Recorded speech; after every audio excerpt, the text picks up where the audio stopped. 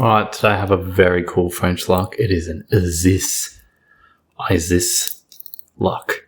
You can see they have a very cool key. But it's actually cooler than it looks because this piece here pushes in and then this part turns around. So the post is for tensioning and then the pins actually stay put while you turn the post. Very cool. So here it is working in the lock. Push and turn. So the front parts are completely still. So you're actually moving the back part of the cylinder. It is like a tubular lock, and then it'll go around several steps. So I'll only pick it like one rotation about that far, so it doesn't re-lock up again, because I do not want to have to pick it 5 times. That would just take a really long time. But once we get it, I'll show you, and you can see the cam on the back will move too. Sadly, this one is not cuttable. There's a crimp on this I would have to destroy, and then it would be a bit loose forever. But I do have a second one here, slightly different format. I think this is the inside and that's the outside, one of the two. But this one I can pull apart and gut, so once we've picked this, I'll pull this one apart and show you what it looks like as well.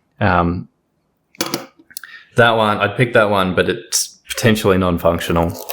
I received it as broken, so I've maybe fixed it, but it doesn't work with my key, so I'm not sure if they were keyed different or not. Oh, this is my very fancy tensioning tool that I produced out of a meat skewer. You may recognize this from a recent video on a Fontaine lock. I kind of can't believe this works as well as it does, but anyway, you just sort of stick that in there and let's get a nice grip on that. And then just using this basic, mostly flat pick to poke away. Now, they do act very tapered, these pins. You'll see once I pull the other one apart, what I mean.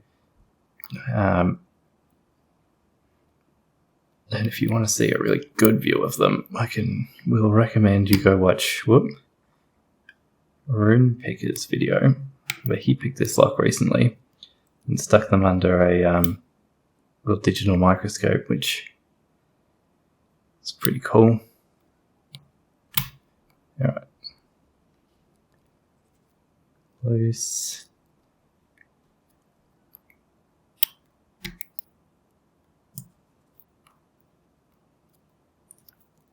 Alright, it starts off simple enough, just going around looking for the binding pin.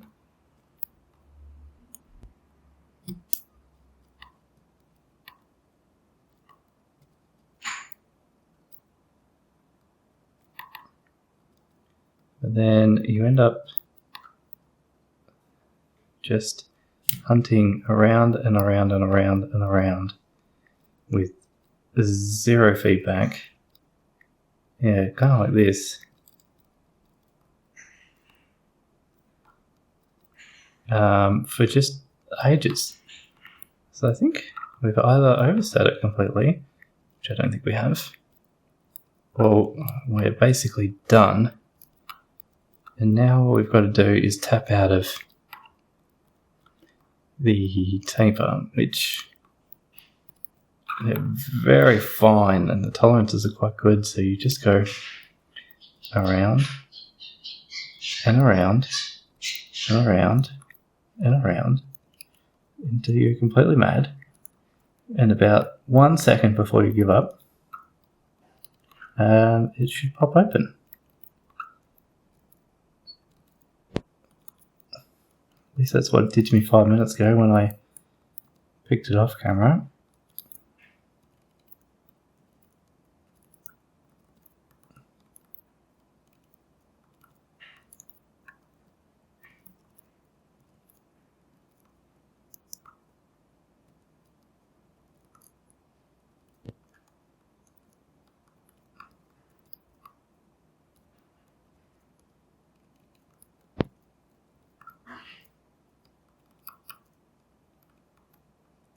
So you just want to be gentle. Feel that little bit of spring on each one.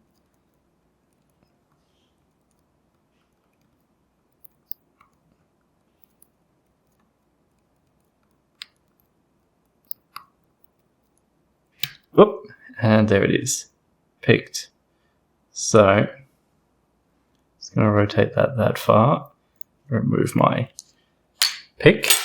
So, if we show that, what's the problem again? Can't see that. You can see that this is moved, if you remember. Let's see, can we get a light such that you can see?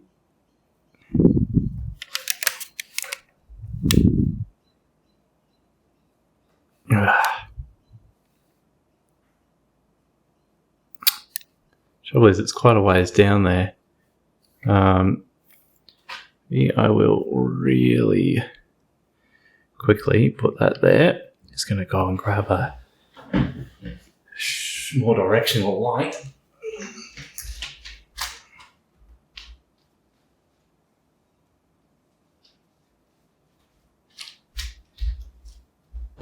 Sorry, high quality video production here.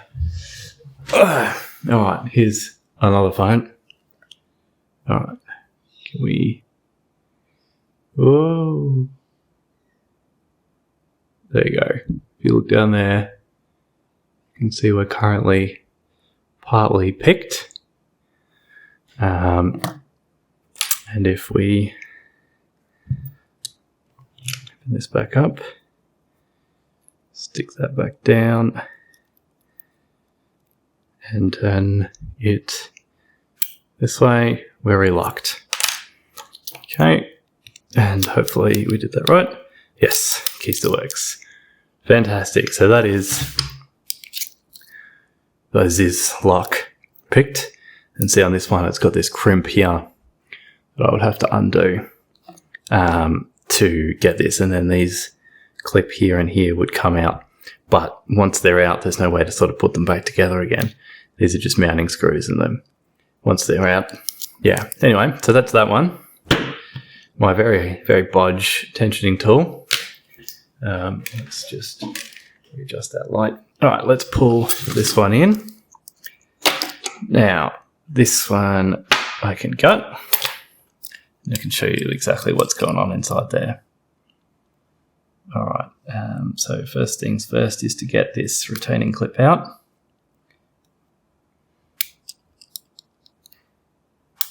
Without stabbing myself too bad. Man, I've been wanting to get one of these locks for so long. They're just the coolest keys. Like, I'd love to, put one on the front door. But, all right, so once that's off and this back cam piece is off, this one had some rivets that were holding this to this, which I had to grind and punch off. All right, so then once you've done that, hold that flattish, this piece will slide out the back. And it successfully brought with it 2 of the driver pins. So when I got this, it was completely full of oil.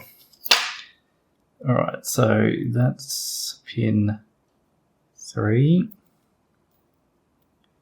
4, 5. Drivers 1, 2, 3, 4, 5. No, it must have been 2 and it's fallen down. So that's 1 and 3. Yep. See, this was completely full of oil, and even then I gave it a huge clean. We're still pulling oil out. Alright, so I'll just show you this bit. So this is the piece that goes on the inside. And you see, this is why my tensioner works.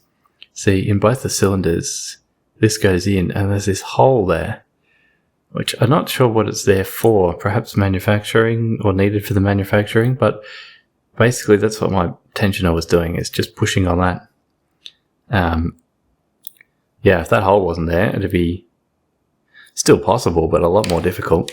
It's got this ball bearing here, which doesn't seem to do anything. I'm wondering if it's gotten pushed too far in, but it doesn't come out. And I can't see anything that it interacts with, so I thought it might have been for centering it, but I'm not sure. So anyway, that has just... No, I want to come out. 5 springs. Nice copper springs.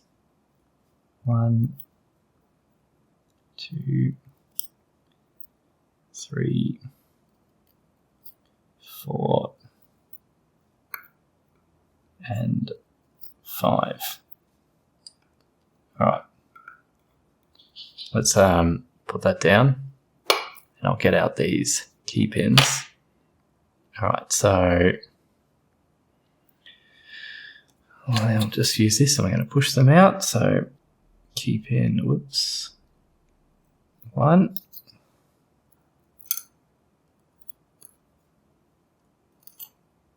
1.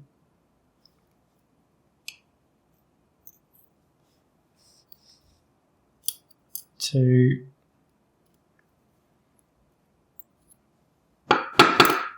Like all French locks, this is not really designed to be very serviceable. They're kind of a pain to get back together again. Kind of a pain to pull apart. At least this one's not a monoblock. Alright, so then you can see down there. So this is just solid brass. So again, just in case it's not clear, so the key goes in and the pegs go through that hole, it pushes, and then the back bit is what rotates. So this piece does the moving. The shear lines between the front solid piece and this inside, that's where it turns. So that's that. Now if we take some of these, it's not too filthy, you can see here, ooh. So they're all like this. They sit in, and you've got these divots and then this long tapered section, and then the key pin sits with its tapered section facing towards it. They're basically the same thing, so they line up together. So with all 5 of them with those double long tapered bits, just whoop, spring, spring, spring, spring, spring, tap, tap, tap, tap, tap, tap, tap, with literally 0 feedback. You're tapping along, maybe once every 30 taps you feel a tiniest little bit, but basically nothing. So it's all, yeah, just these little divots. Okay, get you a close up. But like I said, Arun Picker did a nice pick of one of these as well, and stuck them all under the microscope, which gives a bit of a better view. So they would sit like that. Now, I'm not 100% sure that this is the correct bitting. This one came broken, and I pulled it apart and cleaned it, but it doesn't work with the key. I can't make it work with the key, so that may not even be how they're meant to be put together, but there you go. So you can see they're all basically the same.